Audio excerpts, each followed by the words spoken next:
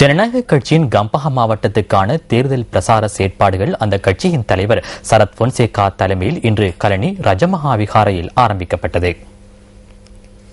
ஜனநாயக கட்சியின் பிரதி தலைவர் ஜயந்த கெடகோட, மேல் மாகாண சபை வேட்பாளர் சுசில் கிண்டல் பிட்டிய மற்றும் கம்பஹா மாவட்ட வேட்பாளர்கள் இந்த நிகழ்வில் கலந்து கொண்டிருந்தனர். மத வழிபாடுகளின் பின்னர் மகா சங்கநாயக தேர்தலினால் வேட்பாளர்களுக்கு ஆசீர்வாதம் வழங்கப்பட்டது. மேல் மற்றும் தென் மாகாண சபை தேர்தலுக்கு ஜனநாயக கட்சி முதல் தடவையாக களமிறங்கியுள்ளது. எனவே இந்த தேர்தலில் மக்களின் ஆதரவு எமக்கு அவசியம். சிறந்த 2 குழுக்களை களமிறக்கியுள்ளோம். தென் மற்றும் மேல் மாகாணத்தில் வலுவான குழுவை நிறுத்தியுள்ளோம். அவர்கள் அனைவரும் குற்றமற்ற நபர்கள். இவர்களுக்கு ஆசீர்வாதத்தை பெற்றுக் கொடுக்க இங்கு வந்துள்ளோம். இதனை நாடளாவிய ரீதியில் கொண்டு செல்ல எதிர்வரும் நாட்களில் செயற்படுவோம். எமக்கு வெற்றி உறுதி.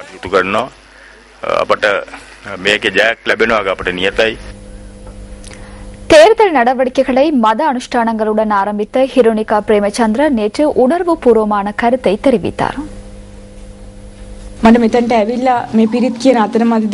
நான் இந்த இடத்திற்கு வருகை தந்த வேளையில் மக்களை சந்தித்த இடைநடுவில் எனது கண்களில் இருந்து கண்ணீர் வந்தது. எனது தந்தையின் மீது அன்பு கொண்ட இந்த அளவான மக்கள் எம்முடன் இருக்கின்றமையை கண்டதும் எனக்கு கண்ணீர் வந்தது. எனது தந்தையின் உயிர் பிரிந்தவுடன் எனது தாயுடன் நான் மாத்திரமே இருந்தேன். அதனால் அனைவருக்கும் நான் நன்றிகளை தெரிவித்துக் கொள்கின்றேன். எனது தந்தை இன்னும் உயிரிழக்கவில்லை என்ற எண்ணமே என் உள்ளத்தில் இருக்கின்றது.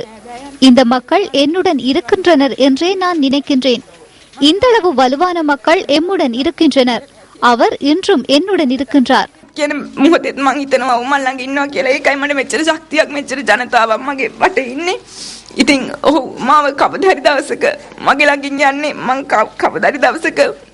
அனைவருக்கும் எனது நன்றிகளை தெரிவித்துக் கொள்கின்றேன். எனது தந்தையின் ஆத்மா சாந்தி அடைய வேண்டும் என பிரார்த்திக்கின்றேன்.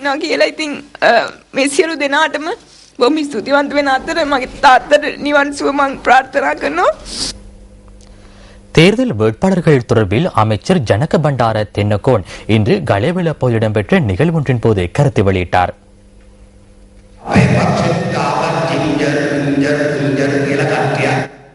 வேட்புமனுவை பெற்றுக்கொள்ள ஜிஞ்சர் பிஞ்சர் என சிலர் நமது கட்சிக்கும் வந்தனர்.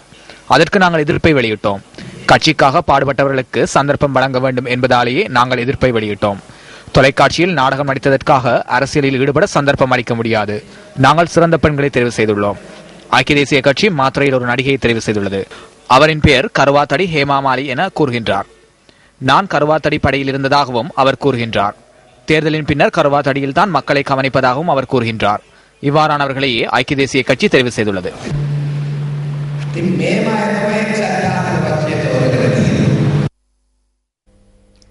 புத்தளம் மாவட்டத்தின் விருதோடை கிராமத்தில் உள்ள பெரிய குளம் புனரமைக்கப்படாமை குறித்து அண்மையில் நாம் சுட்டிக்காட்டியிருந்தோம். இதனை கருத்தில் கொண்ட அதிகாரிகள் தற்போது இந்த குளத்தை புனரமைத்து அந்த பகுதிகளில் உள்ள விவசாயிகளின் வாழ்வுக்கு ஒளியேற்றி வைத்துள்ளனர்.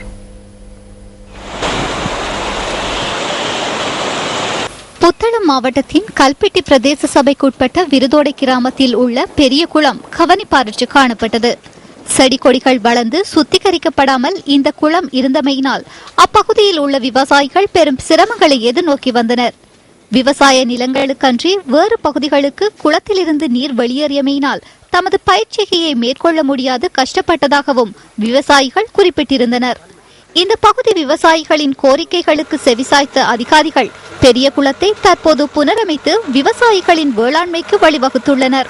விருதோடை கிராம மக்கள் இந்த செயற்பாட்டுக்கு அதிகாரிகளுக்கும் இதனை சுட்டிக்காட்டிய நியூஸ் ஃபர்ஸ்டுக்கும் தமது நன்றிகளை தெரிவித்தனர்.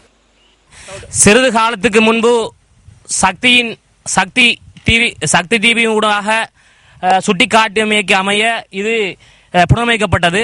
சக்தி இந்த டிவி அதிகாரிகளூடாக இந்த விருதோடை குளத்தை புனரமைத்து தந்தமைக்கு அவர்களுக்கு நன்றியை இந்த விருதோடை ஊர் சார்பாக தெரிவித்துக் கொள்கிறேன்.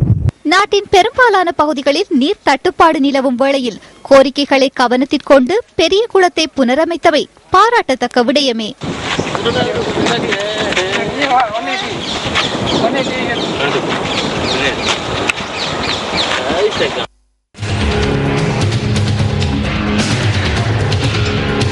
மக்கள் தமது அன்றாட தேவைகளை பூர்த்தி செய்து கொள்வதற்கு வீதி கட்டமைப்பு மிகவும் முக்கியமானதாக கருதப்படுகிறது. இவ்வாறான வீதிகள் நிர்மாணிக்கப்படுகின்ற போது இடை நடுவில் ஆறுகளும் உள்ளன. கண்டி மாவட்டத்தின் பன்வில பிரதேச சபைக்குட்பட்ட கோமர கிராமத்திற்கு செல்லும் வீதியே இது. இந்த ஆற்றை கடப்பதற்காக பாலம் ஒன்று இங்கு நிர்மாணிக்கப்பட்டுள்ள போதிலும் அது தற்போது சிதைவடைந்து வெள்ளத்தில் அள்ளுண்டு சென்றுள்ளமையால் இந்த பகுதி வாழ் மக்கள் பெரும் அசௌகரியங்களை எதிர்நோக்கி வருகின்றனர். குறித்த ஆற்றை கடந்து செல்வதற்காக 200 மீட்டர் நீளமும் 6 மீட்டர் அகலமும் கொண்ட பாலம் ஒன்று நிர்மாணிக்கப்பட்டிருந்தது. எனினும் உரிய முறையில் இந்த பாலம் அமைக்கப்படாமையால் அண்மையில் ஏற்பட்ட வெள்ளத்தில் இந்த பாலம் முழுமையான முறையில் சேதமடைந்ததாக பிரதேச மக்கள் தெரிவிக்கின்றனர். இவ்வாறு ஆற்றை கடந்து செல்ல முற்பட்ட வேளையில் அண்மை காலத்தில் மாத்திரம் சுமார் 3 பேர் உயிரிழந்துள்ளதாகவும் மக்கள் கவலை தெரிவிக்கின்றனர். கண்டி பன்வில கோமர பகுதி மக்களின் போக்குவரத்து தேவையை பூர்த்தி செய்து கொடுக்க வேண்டியது அதிகாரிகளின் கடமை அல்லவா? பன்வில பிரதேச சபை செயலாளரே, இது உங்களின் கவனத்துக்கு.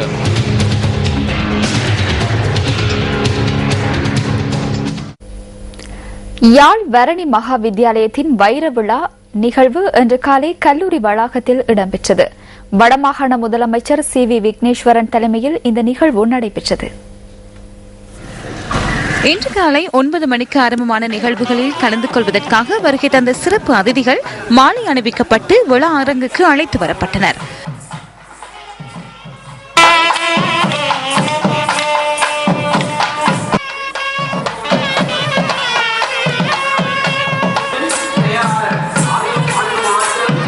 மங்கள விளக்கேற்றலுடன் ஆரம்பமான விழாவின் முதற்கட்டமாக பாடசாலையின் வரலாற்று பெருமைகளை எடுத்துரைக்கும் வகையில் வருணி நூல் வடமாகாண முதலமைச்சரால் வெளியிட்டு வைக்கப்பட்டது. இதன்போது பாடசாலை மாணவர்களின் வரவேற்பு நடனங்கள் மற்றும் இசை நிகழ்ச்சிகளும் நடைபெற்றன.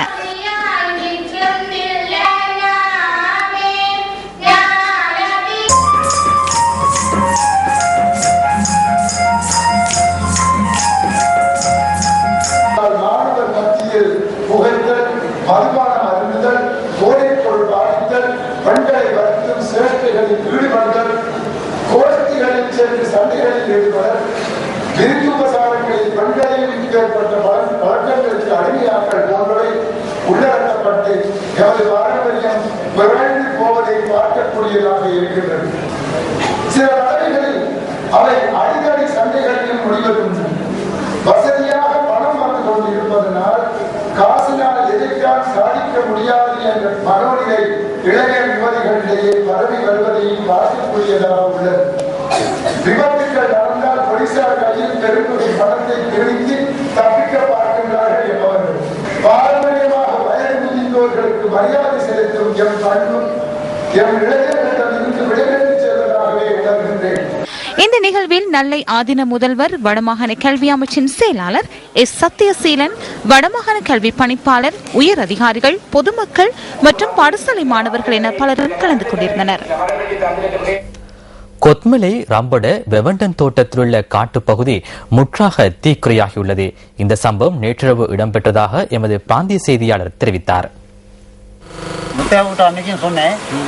இந்த தீயினால் சுமார் 300 ஏக்கர் நிலப்பரப்பு முற்றாக தீக்கிரையாகியுள்ளதாக எமது செய்தியாளர் குறிப்பிட்டார்.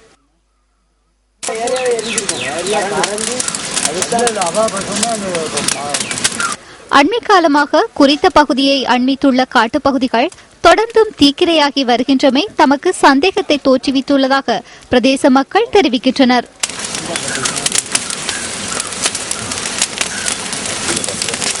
இவ்வாறு ஏற்பட்ட தீ முற்றாக கட்டுப்பாட்டிற்குள் கொண்டு வரப்பட்டுள்ளது.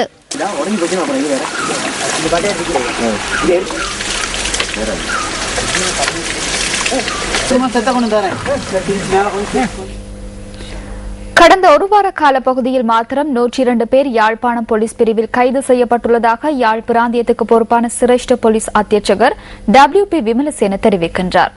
யாழ் போலீஸ் தலைமையகத்தில் இன்று நடைபெற்ற ஊடகவியலாளர் சந்திப்பிலேயே அவர் இதனை குறிப்பிட்டார். குறிப்பாக போதைப்பொருள் வர்த்தகத்தை இல்லாதொழிப்பதற்கும் அதேபோன்று மது போதையில் வாகனங்களை செலுத்துவதனை தவிர்ப்பதற்குமான நடவடிக்கைகளை நாம் முன்னெடுத்து வருகின்றோம். கடந்த ஒரு வார கால பகுதியில் மாத்திரம் மது போதையில் வாகனங்களை செலுத்திய 10 பேர் கைது செய்யப்பட்டுள்ளனர். தாக்குதல் சம்பவங்கள் தொடர்பிலான 13 முறைப்பாடுகள் பதிவாகியுள்ளன. சுற்றாடல் தொடர்பான 2 முறைப்பாடுகளும் ஊழல் தொடர்பான 12 சுற்று வளைப்புகளும் முன்னெடுக்கப்பட்டுள்ளன. அத்துடன் பொது இடங்களில் தகாத முறையில் செயற்பட்டமை குறித்து 2 கைது செய்யப்பட்டுள்ளனர். தாக்கப்பட்டு காயப்படுத்தப்பட்ட 10 சம்பவங்களும் இதில் உள்வாங்கப்பட்டுள்ளன. அத்துடன் சந்தேகத்தின் பேரில் 10 பேர் கைது செய்யப்பட்டுள்ளனர். பிடியாணை பிறப்பிக்கப்பட்ட 18 பேரும் கைது செய்யப்பட்டுள்ளனர். அதேவேளை வாகன விபத்துடன் தொடர்புடைய ஒரு சந்தேக நபரும் கைது செய்யப்பட்டுள்ளார். அனுமதியின்றி உட்பிரவேசித்த சம்பவம் ஒன்று தொடர்பில் ஒருவர் கைது செய்யப்பட்டுள்ளார். 5 கொள்ளை சம்பவங்கள் பதிவாகியுள்ளன. இதற்கமைய சிறு குற்றங்களை இழைத்த 102 பேரை நாம் கைது செய்துள்ளோம்.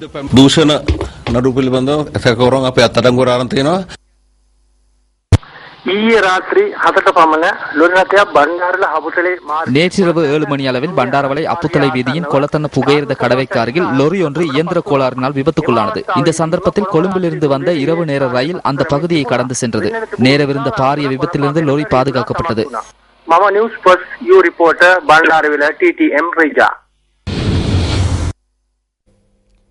அமைச்சரவை மற்றும் திரைசேரியின் தீர்மானங்களை கருத்தில் கொள்ளாது இலங்கை மின்சார சபை தனியார் பிரிவிடமிருந்து மின்சாரத்தை கொள்வனவு செய்வதற்கான நீண்ட நாள் ஒப்பந்தத்தில் கச்சா திட்டமை தொடர்பில் இன்று பாராளுமன்ற உறுப்பினர் சுஜீவ சேனசிங்க பாராளுமன்றத்தில் கேள்வி எழுப்பினார்.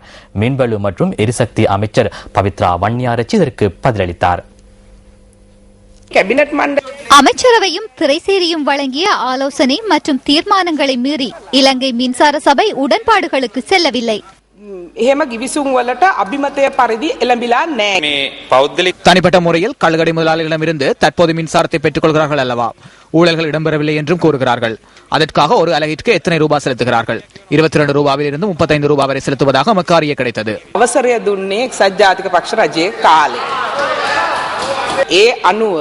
தனியார் துறையினருக்கு மின் உற்பத்தி நிலையங்களை அமைக்க சந்தர்ப்பம் வழங்கியது ஐக்கிய தேசிய கட்சியே. தனியார் துறையில் இருந்து மின்சாரத்தை பெற்றுக்கொள்ள உடன்படிக்கை கைச்சாத்திடப்பட்டுள்ளது. அந்த உடன்படிக்கையில் அதன் கட்டணம் ஒவ்வொரு வீதத்தில் உள்ளது. 20 ரூபாயில் இருந்து 40 ரூபாய் வரை அதில் உள்ளது.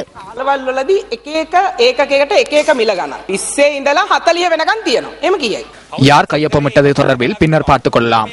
நீங்களே தற்போது விடயத்திற்கு பொறுப்பான அமைச்சர். தனியாரிடமிருந்து எந்த விலைக்கு மின்சாரத்தை பெற்றுக் கொண்டுகிறார்கள் என்பதை கூறுங்கள்.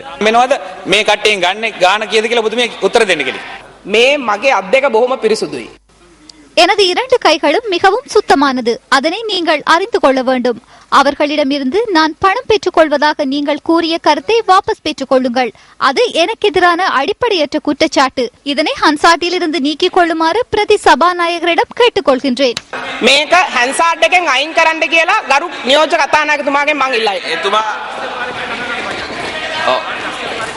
நீங்கள் பணம் பெறுவதாக தான் கூறவில்லை என்று அவர் கூறுகின்றார்.